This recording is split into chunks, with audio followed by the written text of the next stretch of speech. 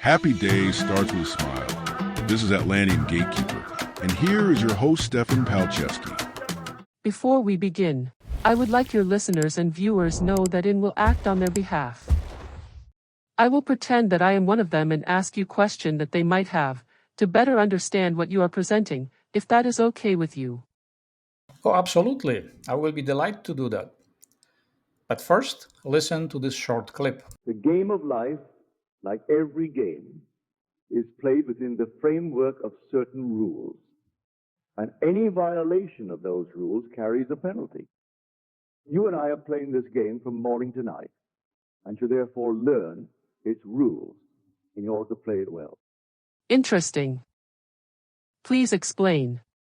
Most individuals are not aware that life, whatever we call life, is only life experience. It's a very short episode that is already ordered by us from above. It's our senses that are telling us if the experience we are having, either we like it or we don't.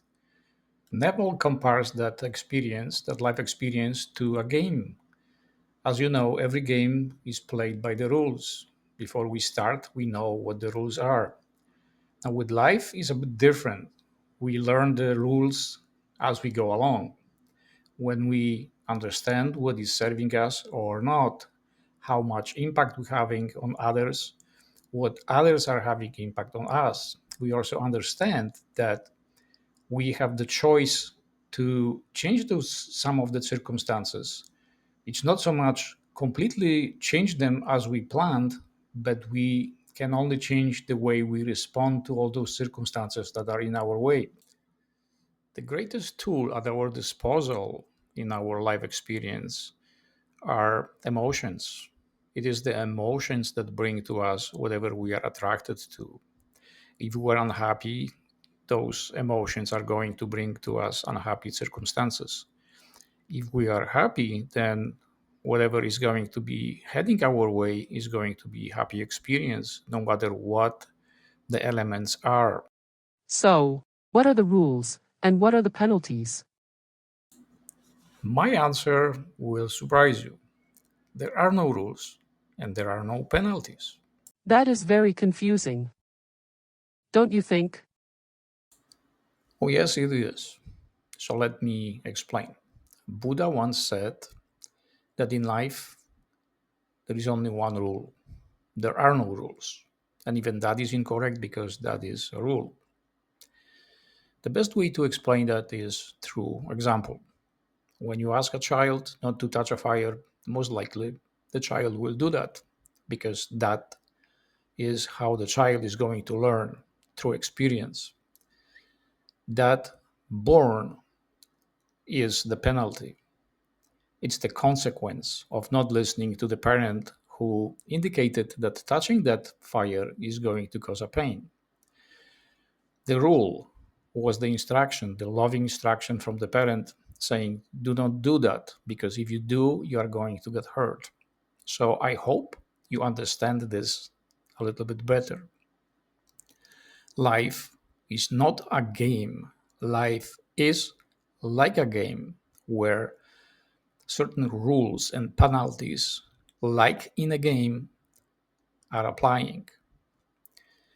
The instructions, the warning signs are the rules, which the rules are saying if you do this, you will face some kind of pain.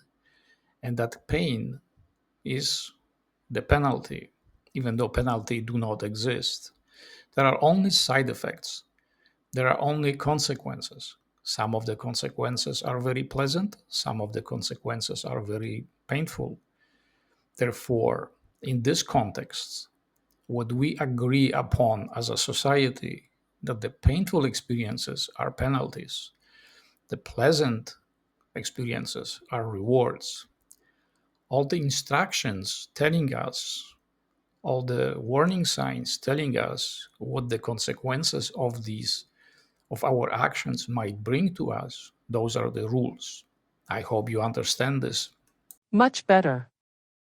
I am assuming you have more for us. Oh, yes, I have. But before I continue, I will present to you another clip from Neville Goddard, one of his seminars.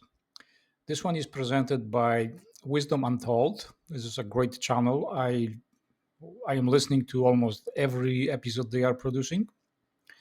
I am not related, I am not affiliate of their work, but I am promoting that channel because it's worth it. And I am leaving you a link below this in the description box so you can see and listen for yourself. It's worth it. Winston Churchill departed this world a very successful man. However, during his life, he had many failures. Then one day he made this discovery which changed his life. These are his words. The moon decides the fortunes of people rather than the fortunes decide the mood. I think that quote resonates with everyone, isn't it? That at some point in your life you thought, oh my God, if I wish I had $1 million, how happy I would be. If I had this great job paying this much money, how happy I would be. If I had this relationship with that woman or a man, how much happy I would be. Well, making statements like that, we are presenting to the universe, to the source, that we don't have that. When we say, if I had $1 million, that means you don't have it. If I had this relationship, means I don't have that relationship. If you said that if I had $250,000 or $500,000 on my account, I would be very happy. That means you do not have that money. You are unhappy because your happiness is related to money. Believe me, I know people in my life, I know people that were interacting with me throughout my whole life. And the funny part is that I was invited a few times to a parties, and in one instance, we were invited with my ex to someone who was very influential, and they had a lot of money. We were feeling there like old shoes, like really like old shoes. But then I was invited. That was a few years ago to someone who, by any standards, is not really a very rich person. Yet I was having blast in their house. They were everyone was so kind, so happy, so giving that I was almost ashamed that I cannot do more for them. So happiness does not come from things, it comes from within. So this guy, whatever his name, Winston Churchill, he's right on. And Neville Goddard is simply resonating, reverberating that message to all of us that the emotions are bringing all that we want in our life. When we are happy, all the happy things are going to show up in our path. And complaining will bring more of what we do not want. That is absolutely correct. And now let's move towards the main topic of this presentation, the cataclysmic moods. So now you better understand that whatever you feel deep down in your gut, it's presenting itself in your path. But before I continue, I am going to give the voice again to Mr. Neville Goddard. Learn to consciously play this game of life, for you are unconsciously playing it every day. I am sure the millions who are on relief feel the government owes them a living. But there is no government, only we who pay taxes. The government has no money and can only give what it takes from our pockets. Those on relief are complaining, claiming they're not getting enough out of our pockets. And that mood persists throughout their day. Their mood never varies, so they see no change and recognize no law between the mood they are sustaining and the outer world they dislike. If they were told that their mood was causing the phenomena of their life, they would deny it. No one wants to feel that he is solely responsible for the conditions of his life. Yet there is There you have it. This is the very basic fundamental truth about what is happening around the globe. all those negative thoughts about the polar reversal, about the oligarchs, about the government, about the aliens non existing, about everything else is producing what you are witnessing manifesting right now in front of your eyes. Is there a remedy to that? Oh, absolutely, it is. The only thing you can do right now is not to tell your neighbors how they should behave, what they should watch, what they should do, what they should say, but rather focus on you. What you can do for yourself. What is the best way of action for you? Just be yourself, but being yourself, pay attention, be aware of your thoughts, of your gut feelings, of your emotions that you are projecting to the world. Because those emotions are like seeds. When you drop them somewhere in the ground, they will start growing. They will bring crops at some point. Usually, it is about 3 months that you will see the first evidence of what thought you were having.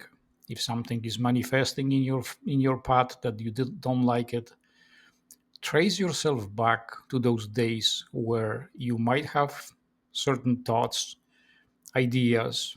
Maybe you are complaining about something because that's where it happened. But there is also another remedy to that. Revision is a great tool helping us to correct certain things in our life. Catastrophes, cataclysmic events, everything makes money. That's why you are being exposed to all those things. The media understands that fear pays and fear pays a lot. This is how we came up with the medical establishment, which is abusive. Not everything in the medicine is bad. Not everything in the politics is bad. Not everything in the banking is bad. Not everything in science is bad. However, there are people which are abusing the system and they know that they can gain control through spreading fear to intimidate you. I am beyond that. They have absolutely no control over me whatsoever. It doesn't matter what the government is going to come up with new legislation or new rules or whatever. They are working for me. I think you understand that. Even though I am paying attention to everything what is happening around the world, I am only passive observer. I don't make any attachments to any situation. There were times that I was very opinionated. I didn't like the rich people. I didn't like the governments, yet that changed. Now I understand. It is very unfortunate that we are projecting so many negative thoughts towards oligarchs, towards the governments, because that's exactly what is coming back to us. In Canada, because that's where I am right now, so much negativity comes towards the government, and then that reflects back to us, to the people which are constantly um, forwarding those negative thoughts towards Carney, towards Pierre, and all the other politics. And that's what is manifesting in their paths.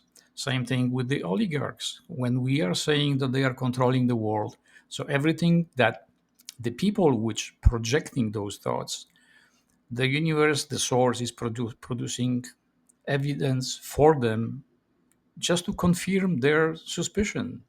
And if you think about something that it is in a specific way, then it is. Same thing is happening with the medicine. Not everything in medicine is evil, negative, and bad. There are good things in it, but unfortunately, in those circles, there are lots of corrupted people, crooked people, even though many of them are doing really bad things, but those bad things are for the better, which I know I understand how that sounds. And it would take a few episodes to explain that. But even then, there are people that would take the arguments and would try to understand. But then there are those which, no matter what arguments I would use, they will always stay negative because that's how they work. They need to be opposite to everything that is being said positive. That's their role. I'm going to wrap up this episode for now. And I want to say thank you to Monica for being with me here today. It was my pleasure. The takeaway from this episode for me is moods create our reality. Is that correct? Correct. If I think cataclysm, then cataclysm shall be. If I think heaven, then heaven it shall be. Thank you for your attention and see you in the next episode.